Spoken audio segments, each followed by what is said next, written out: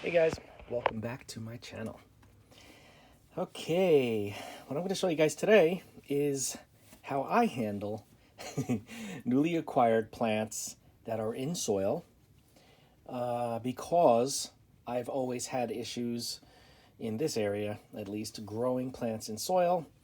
I'm starting to realize why, at least some of them, why I have issues. But anyway, we'll get into that another time.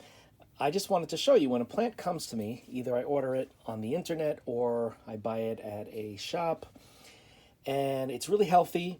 And like you see here, this is one of my coleus. This is another coleus, different coleus because I love coleus, as you know. And it comes in soil in a pot.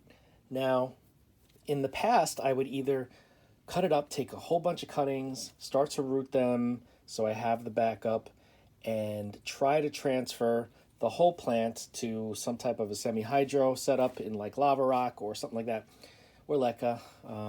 Usually I would do lava rock. But what I started doing now, because first of all, I'll start running out of my supplies if I'm constantly transferring full plants like this into like semi-hydro into lava rock.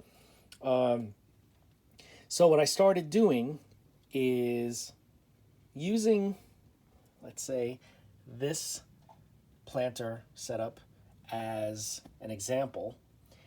I am taking the plant in the pot.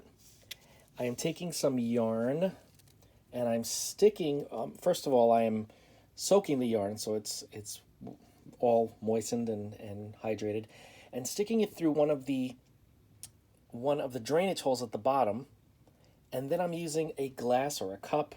These are plastic that I'm using, plastic cups, drinking cups, and I'm using them as the reservoir, and the yarn is wicking up the moisture into the pot, yes, with soil. Even though I'm not a soil person, like I don't, most of my plants are not in soil. If you watch any of my videos, you would know that. And if you don't, now you do. So I started doing that because I said, all right, I'm going to run out of supplies if I just keep doing that. So let me try to prolong, as me being able to keep it in soil, the plants in soil, for as long as possible.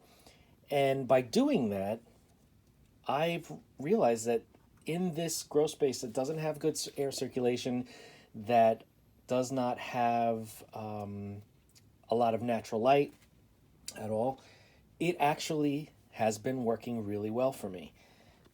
I can't tell you exactly when I did this, but it's been a little while. The plant actually perked up. It was in soil, sitting in the pot for a couple of weeks. I had it near some lights, hoping that it would definitely help. But once I put the wick into the pot and then into the reservoir, the plant perked up and it started to grow pretty quickly. Like I have some branches now that I could take a whole bunch of cuttings actually. Same thing with this one. I did the same technique, putting the yarn chain into the drainage hole at the bottom.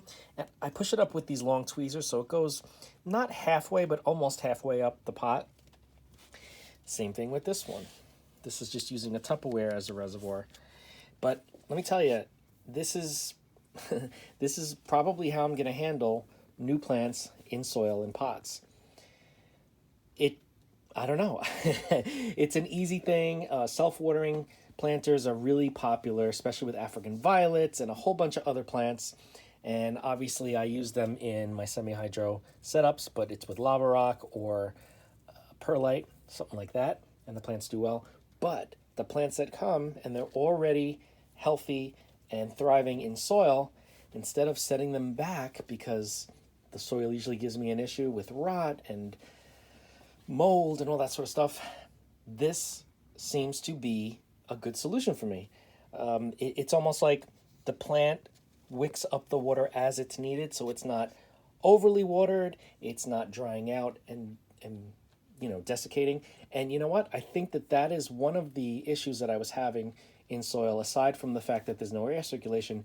I wouldn't water them a lot because there's no air circulation to help it dry up and evaporate and use the water that's in the soil, if it would wilt because it would get too dry, when I'd water it, some of those roots, when a plant wilts like that, from what I've notice from these plants, when a plant wilts like that, some of those roots are dying off because they're drying up, and that's why the plant is wilting, because there's not enough humidity, not enough moisture being, brought up into the plant through the roots. And when the roots dry like that, a lot of the root tips died, and it would have to sprout new roots off of the main root in order for it to kind of catch up. So with this setup, you won't have that issue of it ever drying out if you don't water it. You can't overwater it because it's dependent on the wick to bring up the moisture as it's needed. Yeah, so I've had self-watering wick situations like this for African violets in the past, especially my minis, because those are in little pots and they dry out really quickly. But for these large plants like Coleus, especially because Coleus is so thirsty, and other plants too. I mean, I don't have, a huge collection of other plants. I have a lot of other plants, but my hugest collection is of Coleus. This is really going to save a lot of these plants. It's really going to help me out. I can take some cuttings now without worrying. And yeah, so I always talk about, I don't like soil, and, I really don't. And I always talk about lava rock or perlite or the yarn, like you see, like we've been experimenting with. But this, I feel, is so far a great solution for me, and maybe for anyone else that has issues with soil, with over or underwatering, or poor air circulation where you get root rot because the soil is waterlogged, it's not drying fast enough. This is a great option. And it's so funny that I just thought to do this for the Coleus now when I've been using similar setups for other smaller plants. It's just funny that I never thought of it. But the plants are doing great. So I think this is what I'm going to do, so I don't have to keep transferring everything over or taking cuttings of everything to put in semi-hydro or even in rooting in water. If this continues to work the way that it is now and the plants are thriving, I'm going to just do this all the time because it's easy and I don't have to worry about watering for a week. I really think this is going to help me out. Yes, soil for me, believe it or not. I know, shocker. Go figure. Anyway, that's what I wanted to show you. So, to make a self-watering wick watering setup for your plants, what I'm doing to make it really easy is take some yarn, make a chain out of it, or you could just use a thick yarn without making it into a chain. And with tweezers or a chopstick or a pencil or anything, stick it through the drainage hole, one of the drainage holes, and push it up as far as you can. Of course, the higher you go, the better, because it'll evenly hydrate more of the media that's in there, more of the soil.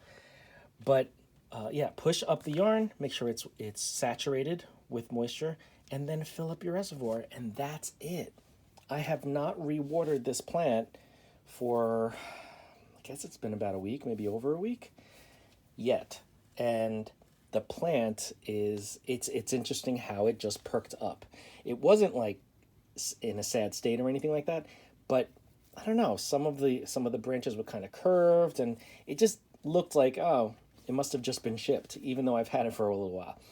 And once I had that even moisture constantly being supplied, look at that. It looks like a nice little shrub. It's growing some nice tips that I could take cuttings, and I'm very excited. So I know nothing new here, but for me, because I've had so many issues with soil and root rot, this could possibly be my solution, at least for this growing space, because, yeah, as you know, root rot is prevalent here. But anyway, aside from the yarn, which is still going on, here's a solution. So if you have issues with root rot, with a grow space that has bad circulation, not a lot of natural light, issues with stems and roots, I say give it a shot.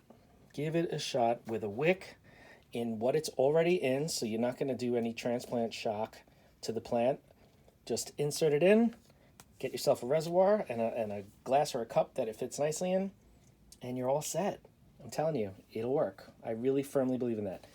So anyway, like, comment, share, subscribe, hit the bell if you want to be notified, all that good stuff. And I will see you in the next video.